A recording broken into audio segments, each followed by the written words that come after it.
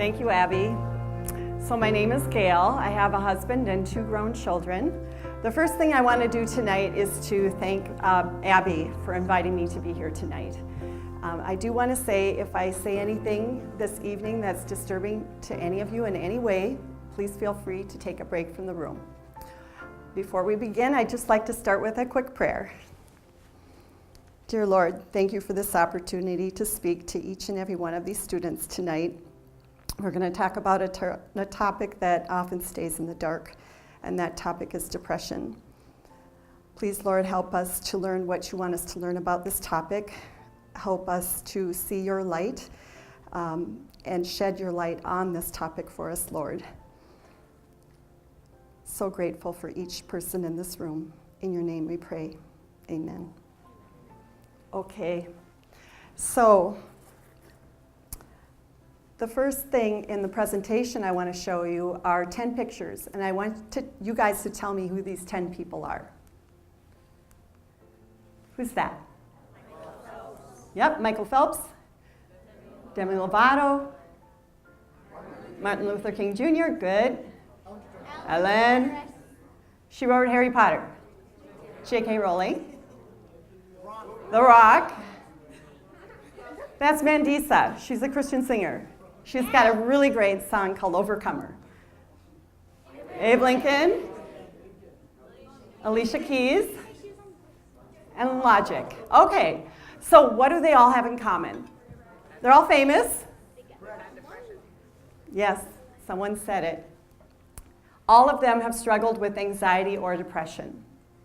So some of those people try to hurt themselves. Some of them try to use drugs or alcohol to try to make themselves feel better.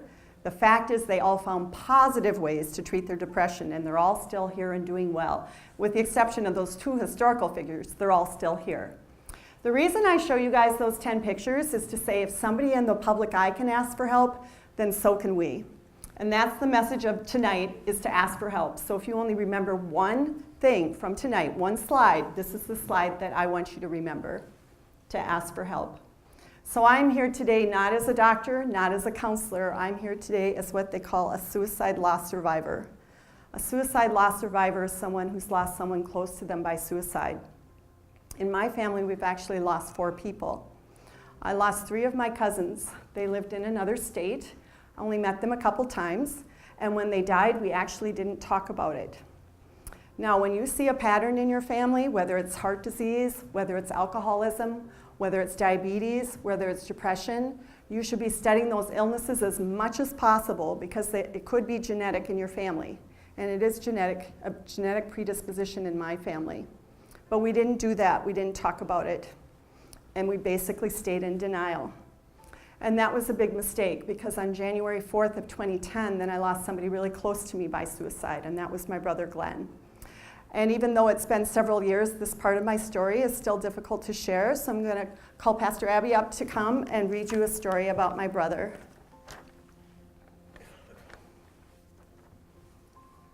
I lost my brother Glenn to suicide. Glenn loved to ski, and he was also a great fly fisherman. He lived life to the fullest, and that always made me glad. He moved to Oregon and rarely came home to visit. When he did, he had a smile on his face and didn't share the struggles in his life. When he and his wife divorced, he wasn't seeing his children every day. This was a major life change for him. Then he lost his business in the Great Recession. He equated self-worth with net worth, and this is not the truth. The world may tell you this, that how much money you make is what you are worth. How much money you make has nothing to do with your value. We don't know all of the pieces. Depression is complex. There were things going on inside his mind that he didn't share with anyone. The brain can get sick, just like any other organ in the body can get sick. If your heart was sick, you would do something about it. The same is true for your brain.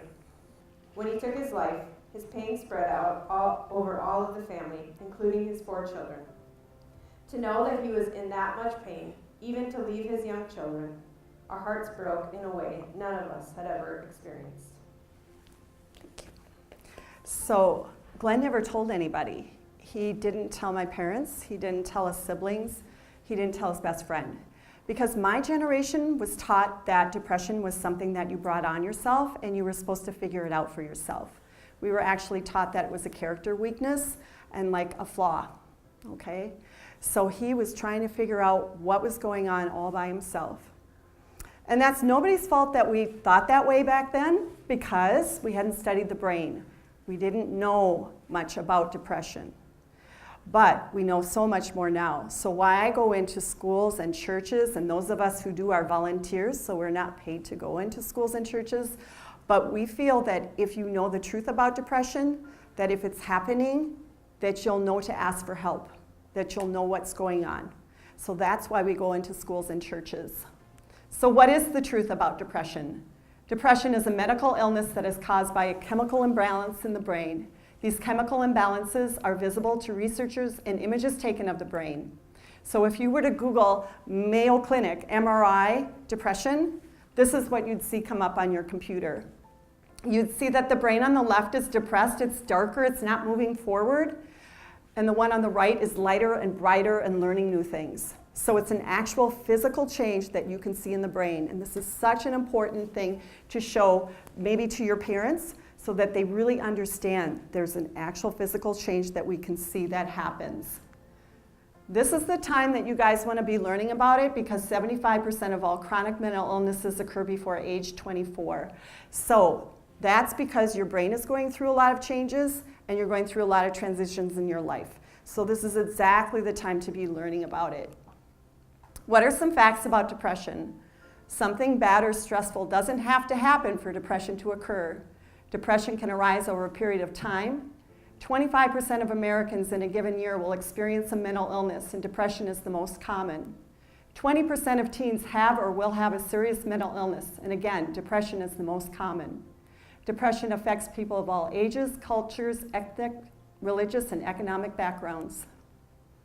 What are some types of depression? Situational depression, where you have one event in your life that triggers a depression. Clinical depression, where you manage depression every day of your life, just like you would manage diabetes every day, or you might manage a hyperthyroid condition every day, you might manage the depression every day. Bipolar disorder is where you have depression, but you also have a manic phase, so it goes up and down, phases of up and down. Seasonal affective disorder, or SAD, is where you need more light. Post-traumatic stress disorder, we used to think that was just for people who came out of the wars, but now we know that anyone can have PTSD from any kind of trauma. And postpartum depression, that has to do with depression that some people have after they have a child. What are some of the signs and symptoms of depression? Loss of interest in things that used to be fun or isolating.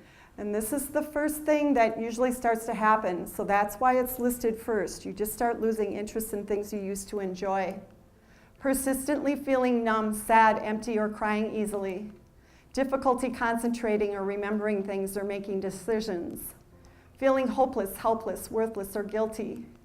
Feeling angry, irritable, moody, fighting, or arguing. So when I started learning about depression, I didn't understand that some people express their depression through anger. And that's particularly common in men and young men.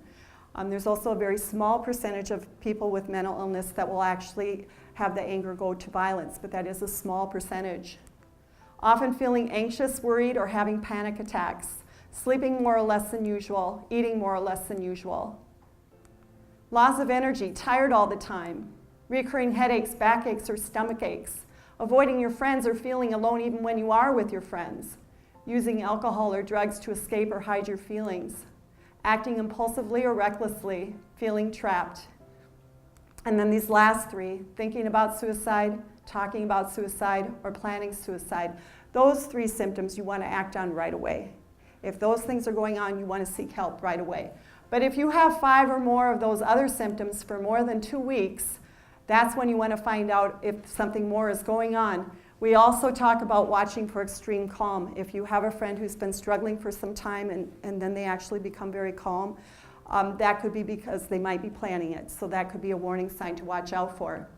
But if you have 5 of those without a break for 2 weeks, so not our normal ups and downs of those for 2 weeks, but 5 of those every day without a break for 2 weeks, that's when you want to find out if what you're experiencing might be the start of a depression. So when my brother died, I wasn't doing okay. A death by suicide is different than the other deaths. There's even more what ifs. What if we'd seen this? What if we asked this? Why didn't he trust us? So I had all those thoughts over and over and over in my mind, and I couldn't get rid of them. And that wasn't just in the day, it was at night. So then I wasn't sleeping, and then I wasn't eating, and then I was crying all the time. So I started to go into my own depression. That was what was happening to me. So the key thing that I did first was I talked to God more than ever every day. Okay, so that's the good news for all of us. We have him and we're never alone. So when that starts to happen, we know we've got him right alongside us, that he is never going to leave us. If you think you are going into a hole that will trap you, that is not the truth. There's always a way out, and that way out begins with Jesus. We know that God is with us always. You are not alone. And we know this because it says, I am with you always to the very end of the age, Matthew 28:20. So we've always got him. That's a great thing for us as Christians. The thing is, though, he didn't make our lives like just God and us. He put all these other people around us, too. And so there's a reason for that we're supposed to reach out to them. He wants us to go to him first, but then to all the one another's. And that's what I call everybody else in our life, the one another's. Encourage one another and build each other up, from 1 Thessalonians 5:11. So that's what he wants us to do. He wants us to then start reaching out to the people around us. So when I was going through this, my husband knew about it, but I decided also to tell 2 more people. So the 2 people that I told were one of my pastors, and then I also told my sister.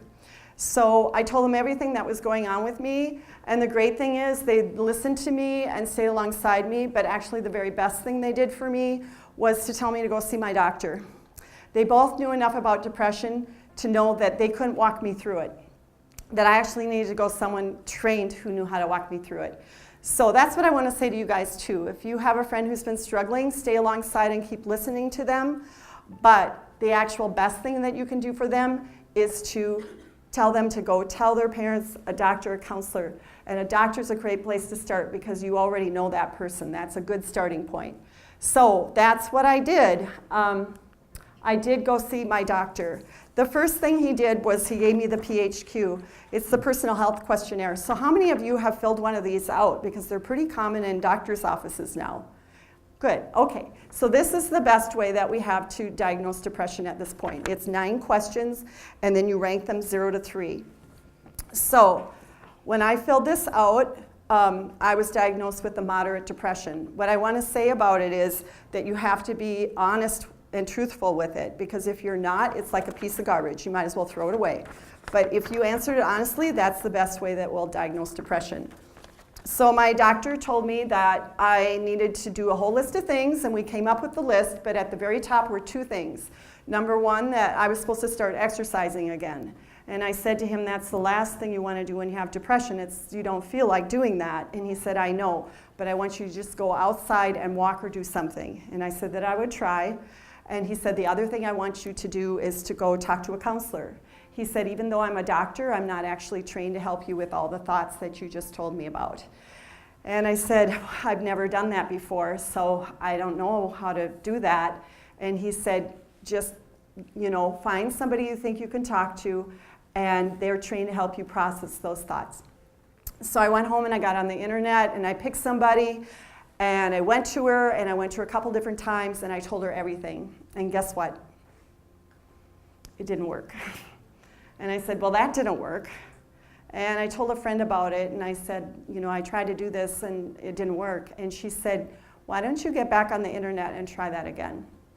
And I said, okay. So I got back on the internet, and I picked somebody else, and I went and I told her everything. And I started feeling better that very first day. Now, I'm not going to say that first counselor wasn't a good counselor. I think she really was. I think she just wasn't a good fit for me.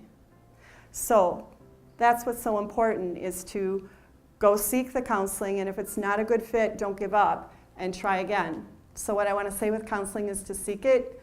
If it's not working, you try it again. The simple act of talking changes your brain chemistry, and you guys kind of all know that when you've had a bad day and you go and you tell somebody everything that happened, you just feel better because you told somebody. Well, that's what counseling's like, only it's amplified. It's really key to be honest with them and to trust them, because if you don't, I'm going to say it doesn't work. Sometimes I try to think of it like if I thought I had heart disease and I went to my doctor and I said, just look at the left side of my heart, you don't need to look at the whole thing. And she'd do that and she'd say, you look fine. She wouldn't diagnose anything. It's the same with your brain. If you go in there and you only tell them this part over here and you're not telling them everything that's going on in your brain, then you may not get the diagnosis. So you really need to trust them and tell them everything. I learned from my brother not to bottle things up, and that's what I want you all to learn from him too, not to bottle it up. People experiencing depression do not choose it, but we can choose to get help and recover. Now for some people, it's the type of depression that you manage every day. And with that type of depression, you want to just make sure that you keep managing it and not to bury it. A parent once described it to me as her son shrinking, becoming less of who he once was. And that's what it really felt like to me too when I had depression, like I was becoming less of who I was. Anxiety can sometimes lead to depression, so it's important to get the right diagnosis. So when you go to your doctor, they also have something called the GAD, General Anxiety Disorder Form. And this is 7 questions to determine if you have more of anxiety than depression. And that's an important diagnosis because sometimes it can lead to depression, and you just want to make sure that you're getting diagnosed correctly. Anxiety is all that what-if thinking versus what is actually happening. Okay, so it's good to think about the future and plan for the future, but it's not good to live in the future. If you're doing that too much, it starts to affect your daily life, and that's when you want to go find out more of how to live more in the moment, and a counselor can help you with that. Do not be afraid. Jesus talked about worry and being afraid. He knew anxiety was going to be an issue. Those words are in the Bible more than any others. So he knows that we struggle with this, but that we can do something about it and reach out. You may be diagnosed as trying to be perfect in all you do. Excellence is good, but perfectionism is not. Okay? We weren't made perfect, and we're not supposed to try to be perfect. Only Jesus is perfect, right? So we're not supposed to try to go there. Excellence is good, but don't go further with that. God saw all that he had made, and it was very good. Genesis 1:31. So it's very good. It doesn't say we were perfect. Okay? So that's our goal, just to be very good and do our best. If you do struggle with perfectionism, the words good enough are really important to have in your head, that who you are right now is good enough, just the way you are. You're good enough. Depression can be very complex. Because the brain is complex. A single event is not the illness, but it can be a tipping point. So when my brother died, so many people asked me, what was it? What was it? Like there was one thing that caused his death. And that's never the case. Depression is so much more complex than that. In my family, we have the genetic component, but you may have no genetics in your family and still have a depression. You might have abuse in your life. You might have divorce. You might have a breakup. You might have bullying. There's so many things in our lives. Some of them are in our control, and many things are not in our control. So the key is to ask for help all along the way, so you never reach any kind of tipping point. Seeking help is empowering and it's courageous. So who was the first person that we saw up on the screen today? The very first face, yeah, Michael Phelps. So he even has the word help embedded in his name. I don't know if he knows that, but he's great because before his Olympics, he was starting to drink and use substances, and now that I've learned about depression, the first thing I think of is maybe there's a depression under there. I just have so much more compassion for people that are doing those things because it might be they don't know how to feel better, and that's what they're trying to do to feel better. And that was the case with Michael. He was dealing with the depression. So he turned the corner and he asked for help, and then he went on to win all those medals. He's a really great role model for us. Faith has a lot to do with what turned him around. You know, he went on to win all those medals, and he's leading a very full and active life. So if you want to Google Michael, he's a good one to Google to find out about his story. The basics. This is the list of things that my doctor and I came up with that I was supposed to do every day. The first one is exercising because it has such a big impact on your chemistry. So anything that I could do was good. But the more active, the better, because the more active you are, it's more blood to your brain. And the more quickly you'll turn your chemistry around. Going to bed at the same time each night or turning off screen time. So the second most important thing is to get your sleep, because if you're not getting your sleep, that starts to kind of affect other things in your life. So I was supposed to go to bed at the same time each night and get up at the same time in the morning. And then I was supposed to turn off my screen time. And that's true for all of us. We've got something called blue light that's coming out of our phones and our computers, and that affects our melatonin, which is a hormone that helps us to sleep. So we need to get that blue light down. So night shift is something that maybe you all have on your phones. It brings that blue light down on your phone later in the day. Or FLEX is something on your computer again, that you bring that blue light down on your computer. Or UVX, if you're still not pulling off those phones and computers, you can get these for $10 on Amazon, and they filter out 98% of blue light. So this is something you can use at the end of the day so that you can get that good night's sleep. Eating right, we call it the food-mood connection, is more important when you have depression. Junk foods actually inflame your brain, so you have to be even more careful what you eat when you have depression. You also want to limit your caffeine again so you get a good night's sleep. Talking to your family and friends. Volunteering is important because it takes the focus off of you and onto other people, so that's a healthy thing to do. Taking vitamin D, they say that everybody in the US should be taking vitamin D because none of us are getting enough sunlight. We're spending way too much time inside. So that's just a little vitamin you can take every day. But for 30% of people in Minnesota and the northern states, we have what's called seasonal affective disorder. And that's where, say there are 100 of you in the room, 30 of you would benefit from having a blue light. So many students asked me about it that I started bringing it with me. This is what a blue light looks like. And I'm shining it in your face right now, and that's not how you actually use it. I know. What you want to do is treat it like the sun. So it shines on your face at about arm's length for about 20 minutes. And it actually gives you energy, and it simulates the good rays of the sun. Most of the schools I teach in, these are in the teachers' lounges, or the counselors have them. Again, there's a huge percentage of people in the northern states that would benefit from having the blue light. I used to think, how does that work? And there are some blue lights out there that do not work. And they kind of give blue lights a bad name. But if it has 10,000 lumens, then it's clinically proven to work. It's really important to check into. We used to call it the winter blues, and now we know it's seasonal affective disorder. Journaling is important to do. The things that you are troubled with are important to document, but also certainly, and most importantly, the things that you're thankful for. And thanking God for the things that He's done in your life that will have a really positive impact for you. Listening to music that uplifts you is important to do every day, and then getting a daily dose of laughter is important every day. So if you guys are sharing Instagrams and Snapchats and all that, keep doing those things, because you should laugh at least once a day. I wish that was our problem right now. We're just too warm. Okay, so if you're doing the basics and if you're doing the counseling and you still don't feel like yourself, then you go back to the doctor and talk about medication. So with medication, you want to use the medication that somebody in your family is already using, because your chemistry is the most similar to other people in your family. Now, if nobody in your family is using a medication, then you're the trailblazer. You're going to be the one that blazes that trail for your family. There's over 30 different medications to work with. So if the first one isn't working, you want to try another, or they might find a combination of them that works best for you. It's really important that you don't mix it with drugs or alcohol. If you think about it, you're working so hard to get your chemistry right. And if you dump those other chemicals in there, it just undoes all the hard work that you've done. So you don't want to mix anything else in there. You also don't want to go off your medication when you start to feel better. You need to really work closely with your doctor to decide if and when you're going to go off your medications. You want to work really close with the doctor. There is no magic pill for anything in life, and this is no different. So don't expect the medication to do all the work, because it won't.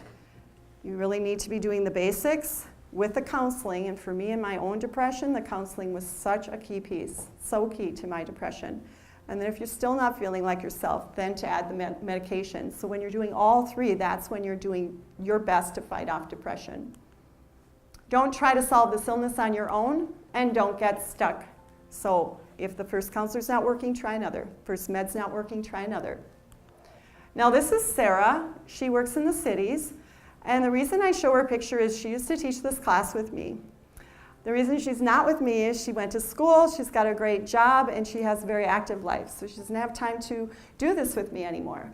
But when Sarah's not with me, there's 5 slides she likes me to share with you guys. So the first slide from Sarah says, tell someone, write it on a piece of paper and leave it by your parents' pillow. Give a note to an adult you trust, Sarah. The reason she wanted me to show you this is that she struggled for 3 years with depression before she told anyone.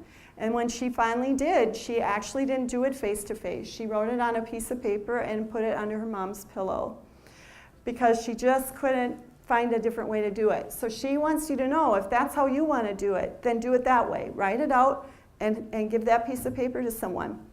That was her breakthrough day, the day that she put that under her mom's pillow, the day that she started to get the help that she needed. There are things in this world you are meant to do. So that sounds a lot like Jeremiah 29:11, doesn't it? Where there's a plan for all of us in life, okay? For hope and a future. And when you have depression, you're not able to do all those things. So you want to make sure that you manage that depression. She wants you to know that you are worthy and you are not and never will be a burden. The reason she likes me to share these 2 slides is because when she had her depression, she actually thought she wasn't worthy to get well. She also thought she'd be a burden to her parents if she told them. And she wants you to know that those are lies. Those are lies that the illness tells you. Those are not the truth. And the truth is that you are never a burden and that you are always worthy. She wants you to know.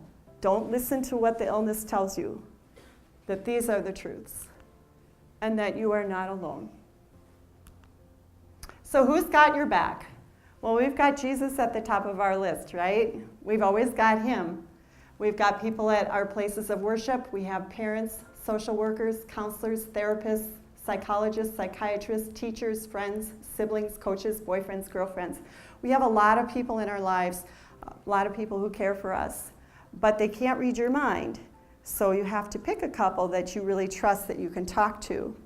And this is where, with permission from Abby, you can actually take your phone out right now if you have it, because we want you to take your phone out if you have it here, to go into your contact list right now and to pick 2 people that you could talk to anytime about anything. So if you have a phone with you, scroll down through your contact list and figure out who those 2 people are. And this is the time to figure it out while you're sitting quietly here at church.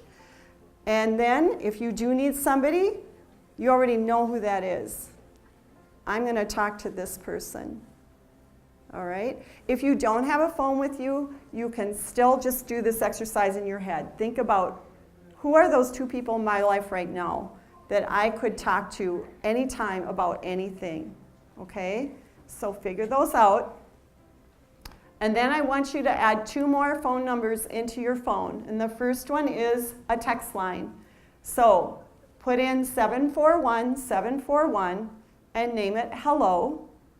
This is a text line that you'll always have. It's a trained counselor on the other end. They're there 24/7. Now, it is a crisis line, so this is for suicide prevention. If you have those types of thoughts, there's certainly a resource for you. But these folks are there, counselors are there for you with anything that's going on. If you've got something troubling you, they want to hear from you. And I check in with them every month to make sure that's still true, that they just want to talk to you. The earlier you catch things, the better, okay? It's never too late to catch depression. People have had it for years. I know people have had it for 20 years who are older like me and catching it now. Whenever you catch it is good, but the earlier the better. So if something's troubling that's going on in your life, they want to talk to you about it. All right? This line might be for you, it might be for a friend, or it might be 5 years from now and you're with a friend and they're telling you things and you're not sure what to do for them. Then you can say, you know what? I have this text line on my phone. Let's call them up. Let's talk to them and see what they tell us to do next, because they're going to know. So these people devote their whole lives to helping people process their thoughts. That's what they do. That's what counselors do. I'm so thankful for counselors. You know, that's a calling for certain, that they just want to help people process their thoughts. So the second number that you can put into your phone is 1-800-273-8255, and you can name it TALK. It's the same trained counselors there, so if instead of texting them, if you'd rather talk to them, then you can do that. And one of the first pictures we saw was Logic. He actually named a song after the crisis line, which is really good because he went through depression and he wants to try to help people have resources. So he named his song this.